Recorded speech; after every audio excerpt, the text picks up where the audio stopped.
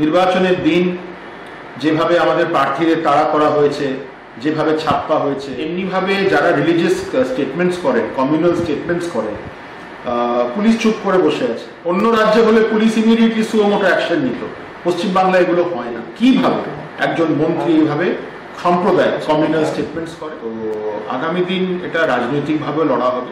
আজকে গলি গলিতে যেভাবে মহিলাদের ওপরে অত্যাচার হচ্ছে, আজকে যেভাবে সাম্প্রদায়িক স্টেটমেন্ট করছে রাজ্যের মন্ত্রীরা, যেভাবে বলছে যে না এটা হলো মুসলমান রাষ্ট্র তৈরি করব, তৃণমূল কংগ্রেসের বিধায়করা বলছে, বাংলার মানুষ কি এটা চায় না? ধন্যবাদ জানাই জেবিপি নিউজ যারা এখানে আছে, যারা ক্যামেরা পার্সন আছে, অ্যাঙ্কার আছে, এবং সকল দর্শককে জেবিপি নিউজে আমার অনেক অনেক শুভেচ্ছা এবং ভালোবাসা।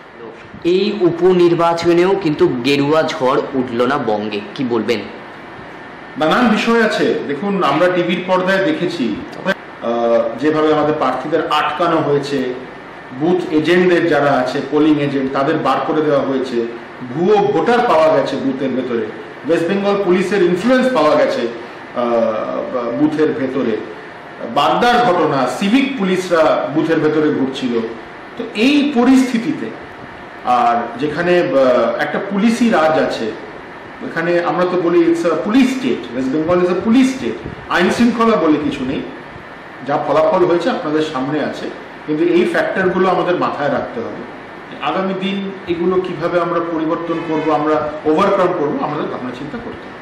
এই যে ফিরহাদ হাকিম একজন রাজ্যের একটা দায়িত্বপ্রাপ্ত মন্ত্রী, তিনি বলছেন মুসলিম ঘরে যারা জন্মায়নি তারা দুর্ভাগা। অত্যন্ত দুর্ভাগ্যজনক স্টেটমেন্ট।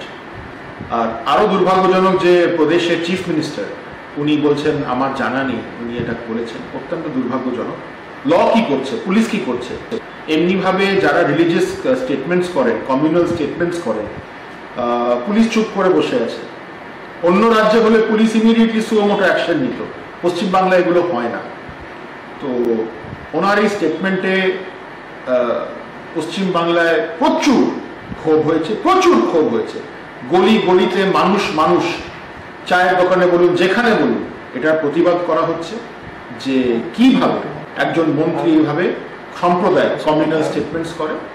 তো আগামী দিন এটা রাজনৈতিকভাবে লড়া হবে এবং সামাজিকভাবে লড়া হবে। বিরোধীদের দাবি তাহলে তো দুর্ভাগা মমতা বন্দ্যোপাধ্যায়, অভিষেক বন্দ্যোপাধ্যায়ও। ঠিকই তো, তাই জন্য আজকে হয়তো নেত্রী বলছে না আমি জানি না। এমনি এটা কেউ বলতে পারে? আজকে আমাদের মেজরিটি হচ্ছে নন ইসলাম আমাদের ভারতবর্ষে। উনি তো প্রত্যেক মানুষকে উনি তো অপমান করলেন এটা বলে। উনি তো আবার ধর্মের রাজনীতি নাকি করেন না বলেন এই রাজ্যের শাসক দল। শুনুন, এগুলো হচ্ছে সব বানানো কথা। শাসক দল পুরোপুরি তুষ্টিকরণের রাজনীতি করে, পুরোপুরি। এই স্টেটমেন্ট হচ্ছে নাথিং, একটা সম্প্রদায়কে খুশি করার জন্য এই স্টেটমেন্ট, মানে সেই ধর্মান্তরণের রাজনীতি, একদম আর কিছু না। একটা সম্প্রদায়কে খুশি করার এই স্টেটমেন্ট আর অন্য কিচ্ছু না। তাই জন্য বলি যে তৃণমূল কংগ্রেস সেই সম্প্রদায়কে, মুসলমান সম্প্রদায়কে, তারা এইসব স্টেটমেন্ট করে ভোটের আগে ভোটের পরে তুষ্টিকরণের রাজনীতি করে, তাদের উন্নয়নের জন্য রাজনীতি করুক, নরেন্দ্র মোদীজির যোজনা প্রকল্পগুলো তাদের পাওয়াক না, সেগুলো করবে না। তুষ্টিকরণের রাজনীতি করে তাদের ভোট ব্যাংকের মতো ইউজ করে। লোকসভা নির্বাচনের পর আরএসএস থেকে লেখা হয়েছিল যে বাংলায় মহিলা মুখ বিজেপির নেই বলেই এই হার। আরএসএস একটা আলাদা সংগঠন, কিন্তু আপনাদের সঙ্গে তো সেটার প্রায় একটা সম্পর্ক রয়েছে। আমাদের সম্পর্ক অবশ্যই আছে, সেটা অস্বীকার করার জায়গা নেই। কিন্তু আরএসএস বিজেপিতে ডাইরেক্টলি কোনো ইন্টারফিয়ার করে না। আরএসএস রাষ্ট্রীয় স্বয়ংসেবক সংঘ, তারা পুরো ভারতবর্ষে কেন, ভারতবর্ষের বাইরে বলুন, সব জায়গায় সমাজের কাজ করে যায়। আরএসএস আমি মনে করি না তারা এমনি কোনো পলিটিক্যাল স্টেটমেন্টের ভেতরে তারা যায়, তারা যাবেও। তারা যেভাবে সমাজের কাজ করে যায়, তারা সেভাবে সমাজের কাজ করে যাচ্ছে। এই স্টেটমেন্টটারও কোনো মাইনে নেই। আমি আবার বলি, আমাদের নেতৃত্ব, যারা রাজ্যে নেতৃত্ব হয়, আমাদের নীতি বদলায় না, আমরা সেই নীতিতে চলি। লিডারশিপ কালেকটিভলি আমাদের স্ট্র্যাটেজি দেয়, আমরা সেভাবে। যারা বিজেপি থেকে তৃণমূলে গেছে, বেশ কিছু নিম্ন স্তরের নেতৃত্বরা, তাদের দাবি যে 2021 সালের আগে যাদের বেশ বিজেপিতে ভালো একটা রাজনীতিতে ছিল, তাদেরকেই 2024 লোকসভা নির্বাচনে ব্যাকফুটে পাঠানো হয়েছে এবং দায়ী করছেন শুভেন্দু অধিকারীকে। শুভেন্দুদা আমাদের বিরোধী দলনেতা, উনি পশ্চিমবাংলা অ্যাসেম্বলিতে, বিধানসভায় উনি নেতৃত্ব দেন। উনি আমাদের অত্যন্ত পপুলার একজন নেতা। তৃণমূল কংগ্রেস ওনার প্রতি অ্যালার্জি, কারণ 1956 ভোটে মমতা বন্দ্যোপাধ্যায়কে যখন মুখ্যমন্ত্রী ছিলেন এই শুভেন্দু অধিকারী বিধানসভা ভোটে হারিয়েছেন। তাই জন্য শুভেন্দুদার প্রতি অ্যালার্জি। শুভেন্দুদা লোকসভার ভেতরে অনেক সিটে প্রচুর সহযোগিতা করেছেন। উনি আমাদের লিডার, ওনার ব্যাপারে আর কিছু না, উনি আমাদের একজন সিনিয়র লিডার। যারা এগুলো বলছে তারা এগুলো কোনো মাইনে নেই। আমরা সাংগঠনিক দল, সংগঠন যেভাবে নির্ণয় নেয়, যেভাবে আমাদের আদেশ দেয়, আমরা সেভাবে। মানে আপনাদের যে সংগঠনে বিভিন্ন প্রশ্ন তুলছে বিভিন্ন জনেরা, আপনাদেরই দলের যে সংগঠন আরো মজবুত করতে হবে, সংগঠনে কোথাও খামতি রয়েছে, সেই ক্ষেত্রে কি বলবেন? না, আমি মানছি যে আমাদের স্ট্র্যাটেজি চেঞ্জ করতে হবে, আমি মানছি এটা। কাউকে কি দায়ী করবেন এই সংগঠনের জন্য? কোনো বিশেষ কেন দায়ী করবো? সংগঠন মানে কি? Group of people. আমি কেন কাউকে দায়ী করতে যাব? আমিও তো সংগঠনের একজন অংশ। আমার একটা জায়গা আছে, পদ আছে, আমি প্রার্থী ছিলাম।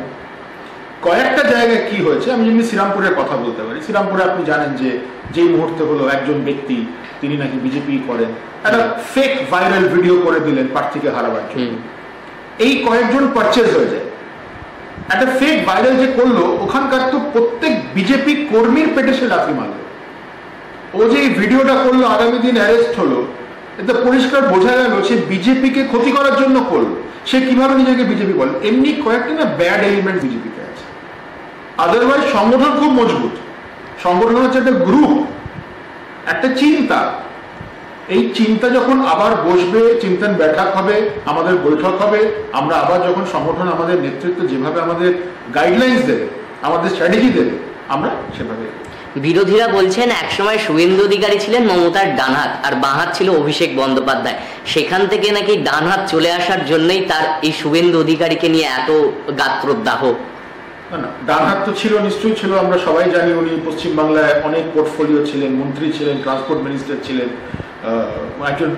একজন বড় নেতা উনি পশ্চিমবাংলার। আর শুধু তাই না, এত মাথা ব্যথা কারণ উনি মমতা ব্যানার্জিকে হারিয়েছেন, তাই জন্য আসল মাথা ব্যথা। বিজেপিকে যেভাবে উনি গতি দিচ্ছেন, উনি যেভাবে এগিয়ে যাচ্ছেন, তাই জন্য মাথা ব্যথা। বাংলার মানুষকে কি বার্তা দেবেন? দেখুন, আপনাদের সামনে দুটো ফলাফল এলো, বিধানসভা ভোট এলো, লোকসভা ভোট এলো, উপনির্বাচন এলো। এবার মানুষের রায়কে আমরা নিশ্চয়ই মাথা নত করে স্বীকার করি, কিন্তু আপনাদের একটা অনুরোধ করব, আপনারা বুঝতে পারছেন না যে কোন দলকে আপনারা সাপোর্ট করছেন। এই যে বারবার তৃণমূল কংগ্রেস ক্ষমতায় আসছে, তারা কিন্তু নিজেদের ছাড়া কাউকে ভাবছে না। তুষ্টিকরণ সাম্প্রদায়িক রাজনীতি হলো তৃণমূলের বেসিক নীতি। নেতা মন্ত্রীদের লুট, এটা ছাড়া তৃণমূলের কিচ্ছু নেই। আগামী দিনে দেখতে পারবেন কত এমনি লুট ধরা পড়বে, কত ঘোটালা ধরা পড়বে, কত দুর্নীতি ধরা পড়বে। আস্তে আস্তে বাংলা খোকলা হয়ে যাচ্ছে। বাংলা সরকারের কাছে একটা টাকা নেই, আপনাদের কাছে দেওয়ার টাকা নেই। একটু জাগৃত হন, একটু দেখুন ভারত কোথায় যাচ্ছে। বিজেপি সরকার, মোদী সরকার ভারতকে কোন জায়গায় নিয়ে যাচ্ছে। পশ্চিমবাংলা আজকে কোথায় যেতে পারত? চাকরি আসতে পারত, কত কিছু আসতে পারত। এই যে আয়ুষ্মান যোজনা, অন্য জায়গায় সবাই পাচ্ছে 5 লক্ষ টাকা, আপনারা পাচ্ছেন না বাংলার মানুষ। আজকে বিশ্বকর্মা যোজনা অন্য জায়গায় পাচ্ছে, আপনারা পাচ্ছেন না। এমনি কত যোজনা আছে, প্রধানমন্ত্রী আবাস যোজনা বলুন, বাড়ি পাচ্ছে, আপনারা পাচ্ছেন, আপনারা বঞ্চিত হচ্ছে।